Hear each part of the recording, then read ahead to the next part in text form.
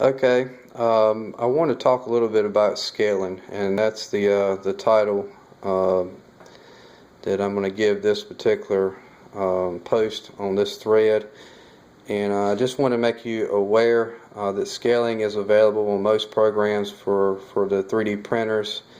If you wanted to take this particular model, and I'm going to put these two here files, I'm going to share those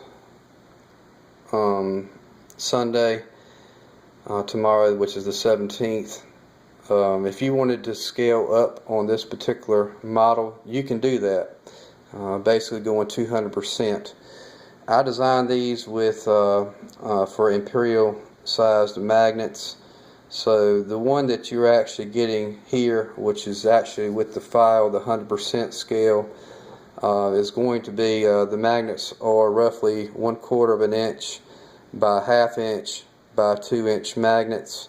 Obviously, if you scale up to 200%, that's going to be something closer to this size right here. That's going to be a 1/2 inch by 1 inch by 4-inch magnet, which is pretty daggone big. Obviously, as you scale up, so is your cost, the dollar amount. That's going to also scale up. And originally, you can see here a few designs that I actually tried prior to settling in on the designs that I settled in on. Obviously, your magnet size as well as your wire size can increase with those. And again, your print volume has also got to be really big for something that size. I got someone local here where I live that printed this basically for the cost of the material with a little more added on to it. A lot cheaper than, for instance, Shapeways, who claims they use several engineers in your design to make sure it prints properly. They did a really good job, and this one is actually an ABS. But I had a printer. My printer it only prints 4 by 4 by 5 inches. So I had to come up with a design I wanted to come up with a design that I could print myself. And I basically scaled this bigger one down to 50%, which gives me a magnet that's, again, it's 1/4 inch by 1/2 inch by 2-inch magnet. These magnets each ran at least about $2.50 a piece.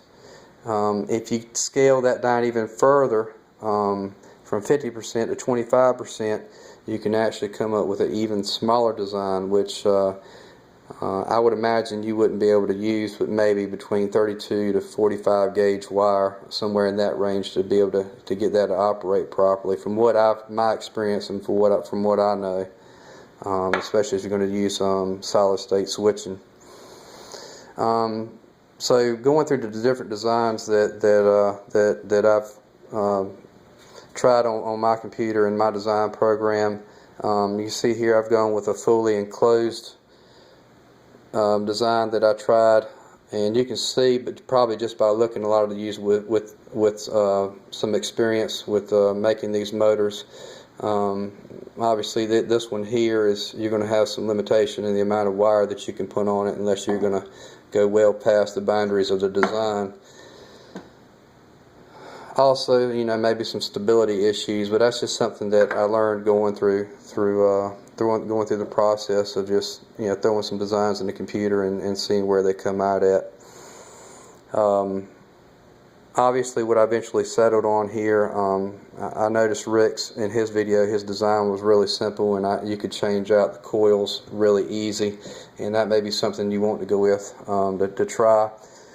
Also, I noticed that most everybody, a lot of people in their videos was having to put the strap tape around their design, and why not just throw a wall of plastic up in your design along the side? You don't have to do that, and that's what I went for here.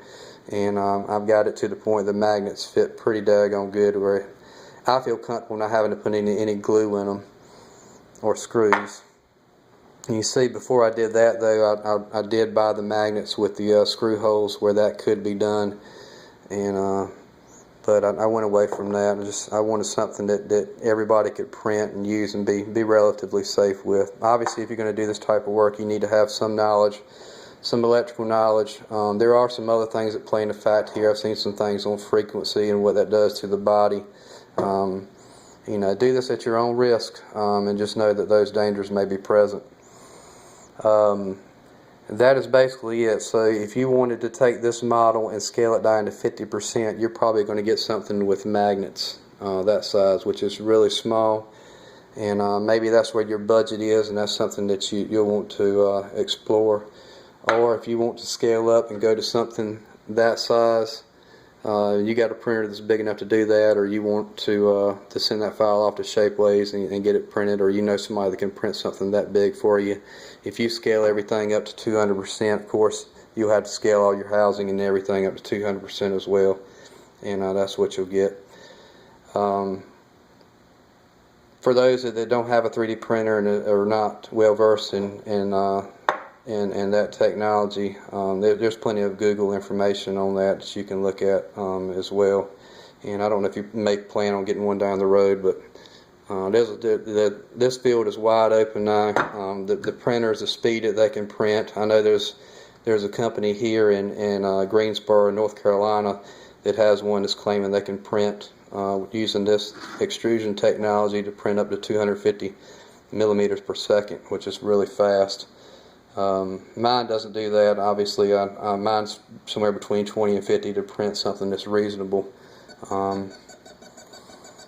I've got this running here too. I was going to show this. I've got it running down to 15 milliamps, and that's something I have to do once I get it started. But I've got a 5K pot here, as well as a permanent 680 ohm resistor, and I can get it.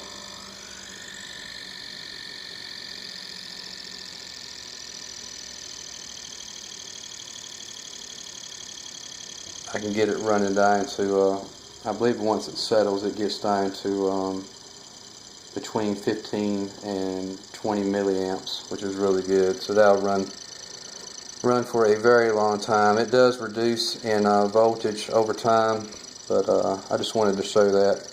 So it's very efficient, and the amount of money that you put in this, you can get different results. I've got chrome-plated steel bearings, and I've got a hardened steel shaft, and all those magnets are attracted to, so that's going to have some limitations. That's going to limit this device to a degree. If you get more expensive bearings or full ceramic bearings and a